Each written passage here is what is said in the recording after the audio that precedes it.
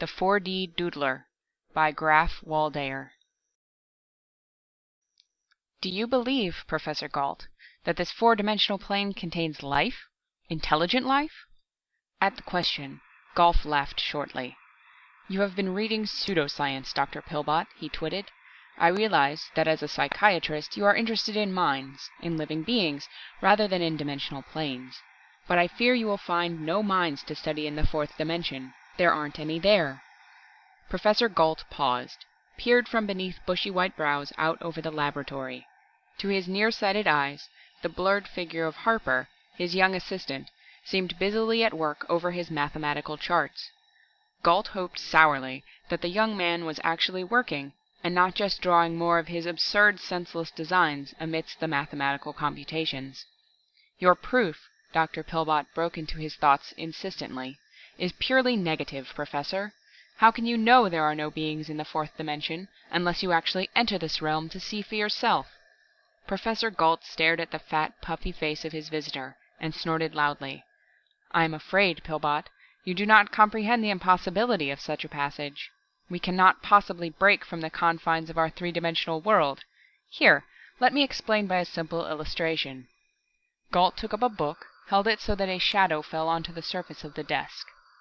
That shadow, he said, is two-dimensional, has length and breadth, but no thickness. Now, in order to enter the third dimension, our plane, the shadow would have to bulge out in some way, into the dimension of thickness, an obvious impossibility. Similarly, we cannot enter the fourth dimension. Do you see? No, retorted Pillbot with some heat. In the first place, we are not two-dimensional shadows. And why, what is the matter? Professor Gault's lanky form had stiffened, his nearsighted eyes glaring out over the laboratory to the rear of Pillbot. The psychiatrist wheeled around, following his host's gaze. It was Harper. That young man's antics drew an amazed grunt from Pillbot. He was describing peculiar motions in the air with his pencil. Circles, whirls, angles, abrupt jabs forward. He bent over the paper on the desk, made a few sweeps of the pencil. Then the pencil rose again into the air to describe more erratic motions. Harper himself seemed in a trance. Suddenly, Pillbot gave a stifled gasp. It seemed to him that Harper's arm vanished at the elbow as it stabbed forward, then reappeared. Once again the phenomena happened. Pillbot blinked rapidly, rubbed his eyes. It must have been an illusion, he decided. It was too unlikely. Harper! Gault's voice was like the snapping of a steel trap. Startled, Harper came to with a jerk. Seeing he was being watched, he flushed redly, then bent over his charts again. An apologetic murmur floated from his desk. What was he doing? Pillbot asked puzzledly. Doodling. Gault spat out the word disgustedly. Doodling? Echoed the psychiatrist. Why, that is a slang term we use in psychiatry to describe the absent-minded scrawls and designs people make while their attention is elsewhere occupied. An overflow of the conscious mind, we call it. Many famous people are doodlers. Their doodles often are a sign of a special ability. Exactly, snapped Gault. It shows a special ability to waste time, and Harper has become worse since I hired him to do some of my mathematical work. Some influence in this laboratory, I blush to confess, seems to bring it on. Four-dimensional doodling, we call it, because, as you saw, he doesn't confine it to the surface of the paper. Pillbot looked startled. By Jove, he cried, I believe you've hit on something new to psychiatry. This young man may have some unknown faculty of mind, an instinctive perception of the fourth dimension. Just as some people have an unerring sense of direction, so perhaps Harper has a sense of a fourth direction, the fourth dimension. I should like to examine some of his doodles. Harper looked up in alarm as his crusty-tempered employer appeared, followed by the stout figure of Pillbot. He rose and stood aside unassumingly, as Pillbot bent over the scrawls on his charts, clucking interestedly. Harper flickered a worried gaze over to the corner. He hoped they wouldn't notice his stress-analyzing clay model standing there. It looked like a futurist nightmare, with angles, curves, and knobs stuck out at all angles. Professor Gault might not understand. For one of his retiring temperament, Harper was aiming high. There was a standing award of $50,000 for the lucky mathematician who would solve the mystery of the stress barrier encountered by skyscrapers as they were built up toward the 150-story mark. At this height, they encountered stress and strains which mathematical computations and engineering designs had been unable to solve. Harper believed the stress barrier was due to an undetected space bending close to the Earth's surface, a bending of space greater than ever provided for in the prediction of Einstein. And if he was right, he could win that award, and there might be wedding bells and a little bungalow with Judith. Harper's greatest fear was that he would do something to annoy Gault into firing him, thus depriving him of the privilege of using the mathematical charts and computing machines available in the laboratory. Right now, he hoped Gault wouldn't notice that statue in the corner. "What's that?" Harper's heart leaped. The professor was glaring at the statue as though it were something the cat brought in. Pillbot looked up from examination of the doodles and followed Gault over to the futuristic statuary. As Gault made strangled noises, Pillbot stared interestedly. "Why, it's like some of the designs in his doodling!" he exclaimed. "And made with some of my best modeling clay for reproducing geometric solids," rasped Gault. He wheeled upon Harper. "Get that thing out of here! I won't stand for such rot in this laboratory. Throw it into the hall for the janitor." "Yes, sir," said Harper, gulping. He took hold of the statue, pulled at it. It won't budge!" he exclaimed amazedly. "Eh? Won't move? It's not heavy, is it?" demanded the professor. "No, about 30 pounds, but it won't move." Gault took hold of one of the angles of the thing, jerked at it savagely. He gave up with an oath, returning to Harper's desk muttering.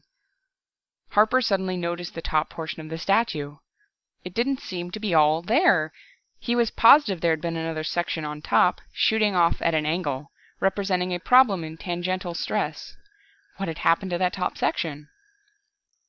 He would figure that out later, when the occasion was more propitious.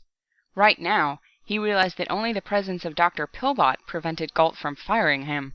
He cast an apprehensive glance toward his employer. With trepidation, he saw Gault reaching for something projecting from behind a bench. Gault pulled it out, held it dangling before him. A strangled exclamation of wrath came from him. His long nose pointed accusingly toward Harper, like a finger pointing to a criminal. "I was afraid of that," he grated. "Cutting paper dolls!" Gault was holding up a large paper cutout of a human figure, a long, rangy man. "This is the last straw," Gault went on, his voice rising. "I have stood enough." It wasn't me, sir," Harper cried quickly, with visions of his job and $50,000 vanishing. "It was your 10-year-old nephew, Rudolph. When he was here yesterday, he cut it out, said it looked like his uncle." Harper stopped as Gault seemed about to explode. Then the mathematician subsided. A malicious expression crept over his face. He said. "Might be just what I need to explain things to Dr. Pillbot." "I shall take this matter before the Psychiatric Society," Pillbot was saying excitedly. "Undoubtedly you have some strange faculty, an instinctive perception of four-dimensional laws. What was that, Professor?" "I said if you will step over to this desk, I will explain to you in elementary terms, very elementary and easy to understand, why you will never be able to study four-dimensional beings, if any exist." Gault's voice was tinged with sarcasm. Pillbot came over, followed by Harper, who was interested in any explanations about the fourth dimension, even elementary ones. Gault, with a glint in his eye, pressed the paper figure flatly on the surface of Harper's desk. "This paper man, we will say, represents a two-dimensional creature. We lay him flatly against the desk, which represents his world. Flatland, we mathematicians call it. Mr. Flatlander can't see into our world. He can only see along the flat plane of his own world. To see us, for instance, he would have to look up, which is the third dimension, a direction inconceivable to him. Now, Doctor, are you beginning to understand why we can never see four-dimensional beings?" Pillbot frowned thoughtfully, then looked up. "And what about the viewpoint of the four-dimensioners themselves? What would prevent them from seeing us? Harper hardly heard the professor's snort of disgust.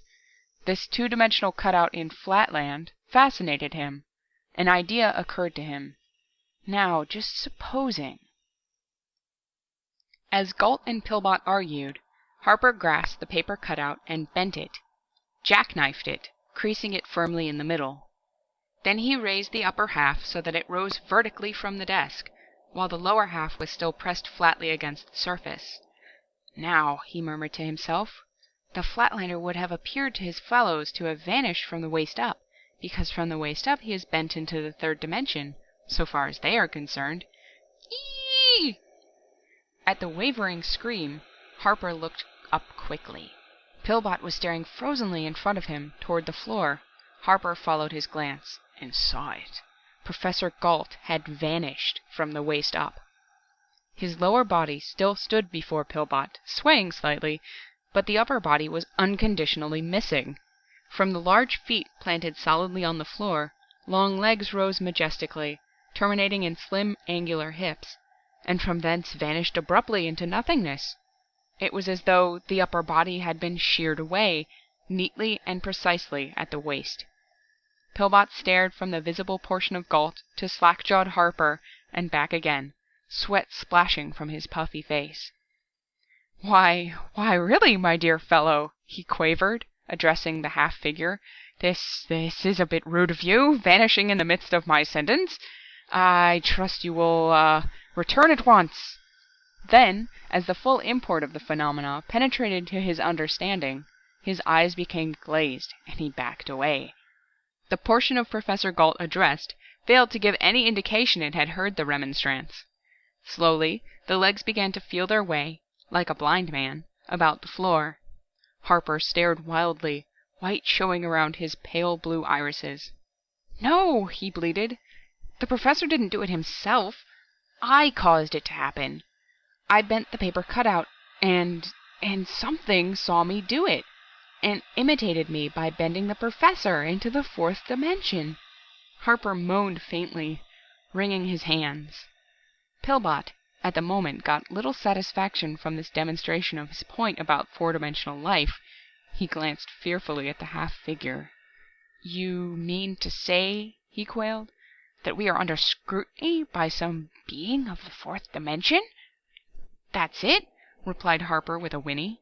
"I know it. I can feel it. It became aware of our three-dimensional life in some way, and its attention is now concentrated on the lab." He wrung his hands. "I just know something else terrible is going to happen." He backed away quickly as the occupied pair of pants moved toward him.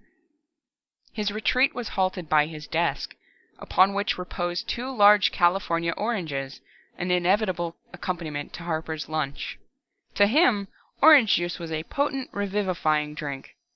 Now he automatically reached for one of the oranges, as a more hardy individual might reach for a whiskey and soda in a moment of mental shock. His eyes wide on the shuffling approach of Gault's underpinnings, Harper nervously dug sharp fingernails into the orange, tore off large chunks of skin. A sudden blur, seen from the corner of his eyes, pulled his gaze back to the desk. The other orange had vanished. Whoop! It dropped to the floor before Harper, and now it was a squashy mess, the inside standing out like petals, the juice running from it. The other orange slipped from Harper's nerveless fingers, rolled along the desktop. Harper pounced on the squashy thing on the floor, feverishly pulling back the projecting insides, closely examined it. He looked up wide-eyed at Pillbot. "Turned inside out!" he gasped hoarsely, "without breaking its skin!" Pillbot's expression indicated that the scientific attitude was slowly replacing his former fright. He snapped his fingers. "Imitation again," he said, half to himself. He looked at Harper. "When you bent the paper figure, this four-dimensional entity imitated your action by bending the Professor. Now, as you started to peel the orange, your action was again imitated, in a four-dimensional manner, by this entity turning the other orange inside out." His voice dropped as he muttered, "Imitativeness, the mark of a mind of low evolutionary order, or of—" His words faded off. his expression thoughtful. More white showed around Harper's eyes.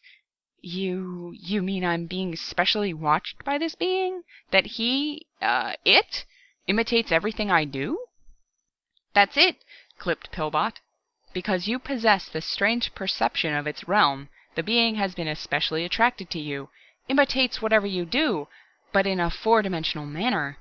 A being of inexplicable powers and prerogatives, with weird power over matter, but with a mentality that is either very primitive or—" Harper leaped into the air with a yell as Professor Galt's abbreviated body sidled up to him from behind. As he leaped, the inside-out orange flew out of his grasp. "I just know," he quavered, "that Professor Galt wants me to do something, is probably barking orders at me from that other dimension. Oh dear, I've dropped the orange on the Professor's where his stomach should be." The squashy orange had landed on the area of Galt that was the line of demarcation between his visible and invisible portions. That area that his stomach would occupy, normally. It rested there in plain sight of the two startled men. I'd better remove it," said Harper weakly. He moved with a dreadful compulsion toward the swaying half-figure, one slender hand extended tremblingly toward the inverted orange. Abruptly, the orange vanished.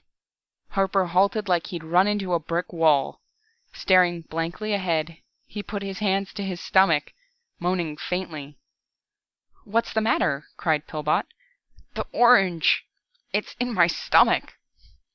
"See? What did I tell you?" exulted Pillbot. "Another act of imitativeness!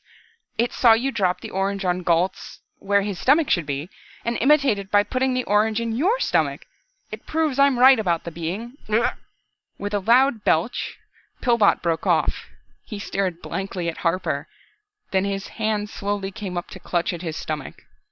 Harper looked quickly at the desktop. "The other orange! It's gone!" "Into my stomach," groaned Pillbot. Be careful what you do. My God, don't do anything. Don't even think. This four-dimensional creature will surely imitate whatever you do in some weird manner." Rubbing his stomach, Pillbot glanced about at the various articles of furniture.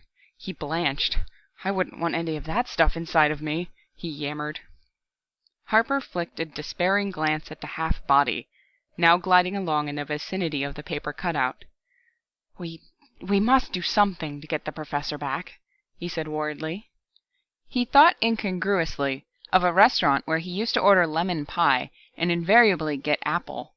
Finally, he found that he could get lemon by ordering peach. Now the problem was, what did he have to order to get his employee extricated from being stuck between dimensions, like a pig under a fence? Anything he did would be imitated in a manner that might prove tragic.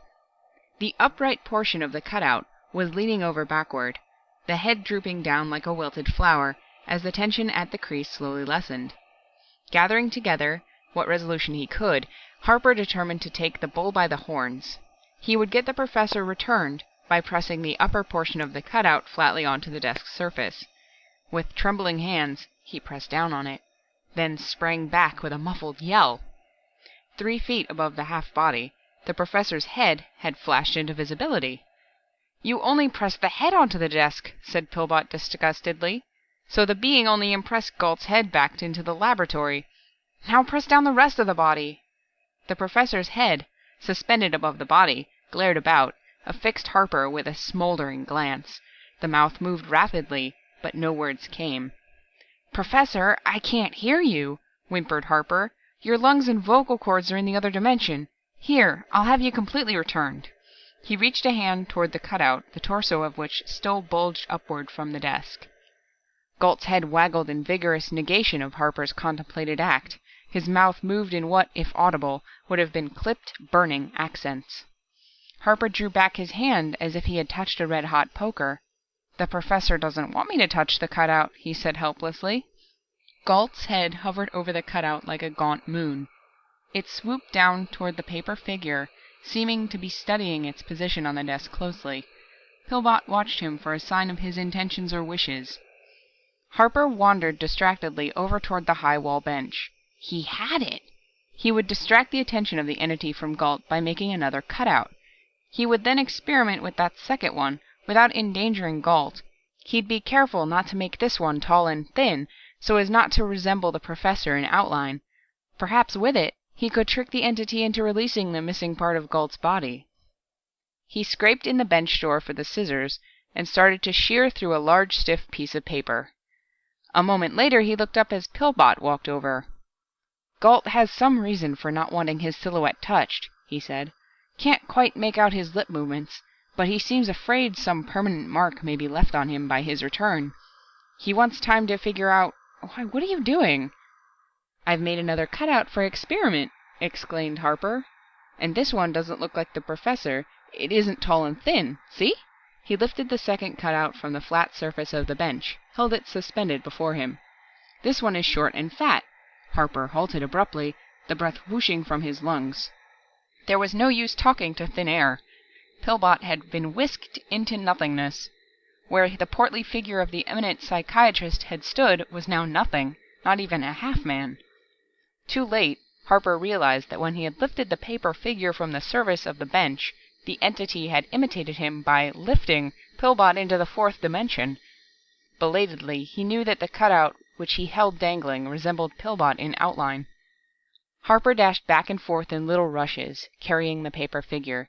He dared not put it down, for fear of seeing some segment of Pillbot flash back. He did not know what to do with it. Finally, he compromised by suspending it to a low-hanging chandelier, where it dangled swaying in the slight air currents.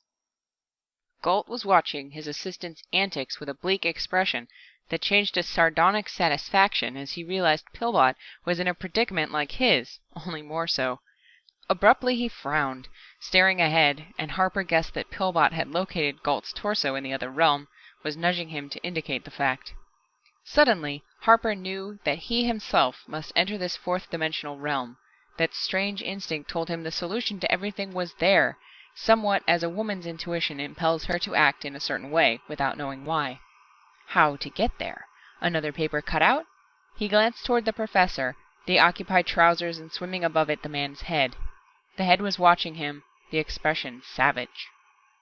No, there must be no more cutouts, Harper decided. While the four-dimensional entity distinguished between the outlines of a thin silhouette and a fat one, something in between, like Harper's form, would be testing it too far. He, Harper, would take the place of his own cutout. Gault's head reared up, glared fixedly at his assistant as the young man swung his legs onto the desk, then lay down flat. A moment he lay there, in flatland, then leaped to his feet. It was as though he had leaped into a different world. He was no longer in the laboratory. He wasn't on any floor at all, as far as he could make out. His feet rested on nothing, and yet there was some sort of tension under him, like the surface tension of water. He was, he suddenly knew it, standing on a segment of warped space. There was a spatial strain here that acted as a solid beneath him. Harper looked up, that is, overhead. There was nothing there but vast stretches of emptiness, at first. Then he saw that this emptiness was lined and laced with filmy striations, like cellophane. They bore a strange resemblance to his doodlings, as though that strange faculty of his enabled him to somehow perceive this place of the fourth dimension. And instinctively, Harper knew that these lacings were the boundaries of a vast enclosure, a four-dimensional enclosure, the walls of which consisted of joined and meshed space warps. Abruptly, he became aware of movement. He became aware of solidity there above him, and the solidity was in motion. Harper knew he was gazing upon a being of the fourth dimension, doubtless the entity that had caused the phenomena in the laboratory, which had snatched him into the fourth dimension, and even now observing him with its four-dimensional sight. There was a shape above him that strained his eyes, gave hint of form just beyond his comprehension. Harper hardly noticed that Pillbot was beside him, shaking him. He had suddenly grasped a fundamental law of spatial stresses, and he whipped out a pad and pencil, began scribbling down the mathematical formula of these laws. He began to see now why skyscrapers encountered the stress barrier at a certain height. He understood just as a person of innate musical ability, hearing music for the first time, would understand the laws of that music. "Look out! It's moving! Descending!" Pillbot was yelling in his ear. "It is about to act! Became active the moment you got here. How did you induce it to bring you here?" "Huh?" Harper looked up from his scribbling. "Oh, Harper explained quickly how he had induced the being to act on himself. "That's it!" cried Pillbot hoarsely. "You switched the pattern of imitation on it, tricked it into bringing you here. That's what made it angry." "Angry?" Harper almost dropped his pad, clutched at Pillbot as there was a sudden upheaval of the invisible tension surface on which they stood. A violent shake sprawled them on the ground, and now Harper saw the torso of Gault a few feet away, apparently hovering above the surface. "Yes, angry!" Pillbot was pale. "As long as you merely gave it something to imitate, it was pacified, but now it recognizes opposition, an effort to outwit it due to your switching the pattern of imitation. Its condition is dangerous. It's bound to react violently. We have to get out of here. You must know some way." Harper again scribbled some figures on his pad. "As soon as I've worked out this formula." Pillbot shook him frantically. "Can't you understand? This creature is a mental patient of a violent type. We are in a fourth-dimensional insane asylum." Pillbot gazed upward fearfully at a descending mass. "The pattern of its action fits perfectly," he went on. "Some violent type of insanity, combined with delusions of grandeur. Any slightest opposition will cause a spasm of fury. It recognizes such opposition in the way you tricked it into bringing you here. At first I thought it was a primitive mentality, but now I know it is a highly evolved but insane creature. Thinks it's Napoleon. Wants to conquer the three-dimensional plane which its attention has been attracted to in some way." Harper looked up in surprise. "Does it know about Napoleon?" "Of course not, you fool!" screamed Pillbot. "It has the Napoleonic complex, identifies itself with some great conqueror of its own realm, and now it's on the rampage. We have to get out of here." He clutched at Harper as another upheaval of the surface threw them down. Rising, Harper put away his pad. His calculations were complete. He could now show engineers how to build high buildings, taking advantage of space stress instead of trying to fight the stress. For the first time, the danger of their position seemed to penetrate to his consciousness. He looked about, and his eyes rested on a strange familiar projection rising from the invisible floor a few feet away. It was the section of his clay statue that had vanished. Vanished because its peculiar shape had somehow caused it to be warped into the fourth dimension. Why hadn't he been able to move it? Professor Gault moved around freely. He and Pillbot went over to it, tried to move it. A slight filmy webwork around the projection caught Harper's eye. Now he knew. The being had somehow affixed it to the spot as a landmark so it could locate the laboratory. It must have been this projection that had first attracted the being's attention to the three-dimensional world, since, ordinarily, it would never have noticed the presence of three-dimensional life any more than humans would notice the presence of two-dimensional life, if such existed. Harper looked up at a bleat from Pillbot. Above them was a sudden furious play of lights and shades. Vast masses seemed shifting in crazy juxtapositions, now descending rapidly toward them. "Quick!" Harper, now fully aroused, gasped to Pillbot. "Climb down this projection!" "Climb down it?" "Yes, there is a fluid condition of space where it penetrates between the two planes. By hugging its contours, you will emerge into the laboratory. I hope." Pillbot glanced overhead nervously, then experimentally slid a foot down the projection. The foot vanished. With a cry of relief, Pillbot lowered himself until only head and shoulders were visible. Then that too vanished. Harper looked up. Some monstrous suggestion of form was almost upon him. He grasped the projection, and just as his head sank out of sight, the form seemed to smash down on him. Pillbot helped Harper to his feet, from where he had sprawled at the base of the statue, on the laboratory floor. "Quick!" he gasped. "The creature will be infuriated now by our escape from its realm. A maniacal spasm is sure to follow. We must get Gault back in some way, then leave the laboratory." Even as they dashed over toward the abbreviated form of Gault, the laboratory shook. Invisible strains seemed to be bulging the walls inward. Harper rushed to the desk upon which still reposed the cutout, the section between neck and waist still arched off the surface. As Harper reached toward the cutout to press it flat, Gault's eyes widened, his mouth opened in a soundless shout of opposition. Harper hesitated. "Never mind him," yammered Pillbot. "Press the figure flat."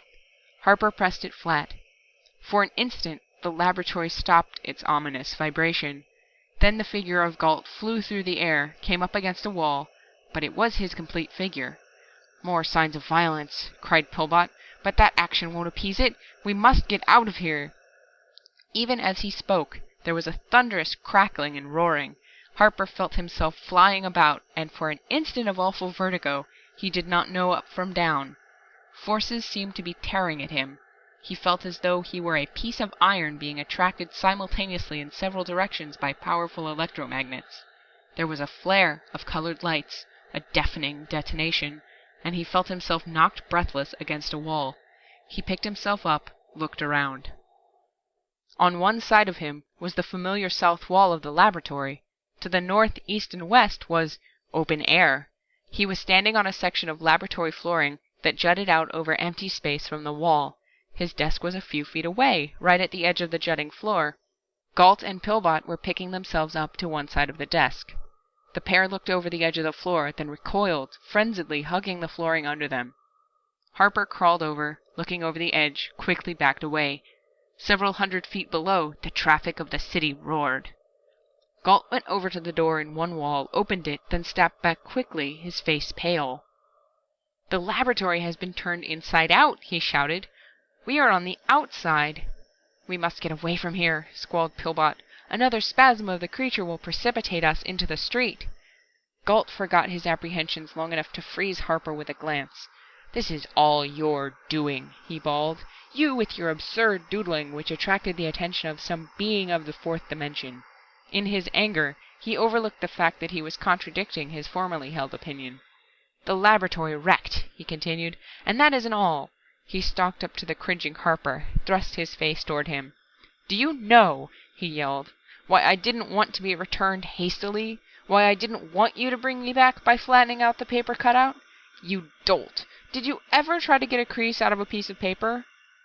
I don't understand," muttered Harper. "That paper doll was creased, wasn't it?" shouted Gault. "Once a piece of paper is creased," he resumed heatedly, "it can't be perfectly flattened out again. At the crease, a thin cross-section continues to bulge. Into the third dimension, in the case of that paper cutout. Into the fourth dimension, in my case. I'm creased, too, at the line where I was bent into the fourth dimension. Surely you aren't blind?" Harper staggered back as he saw it. A thin, horizontal line of light shining through Gault's body, across his waistline, through clothes and all. "I shall have to go through life this way," Gault snarled, "due to your imbecilic doodling, and your meddling with what you don't understand. Go about constantly with a slit of daylight showing through me. You're fired!" "Gentlemen," cried Pillbot, "the entity! We must get away! Another spasm will surely follow!" Harper didn't think so. A few feet away he noticed something. His statue lying on its side.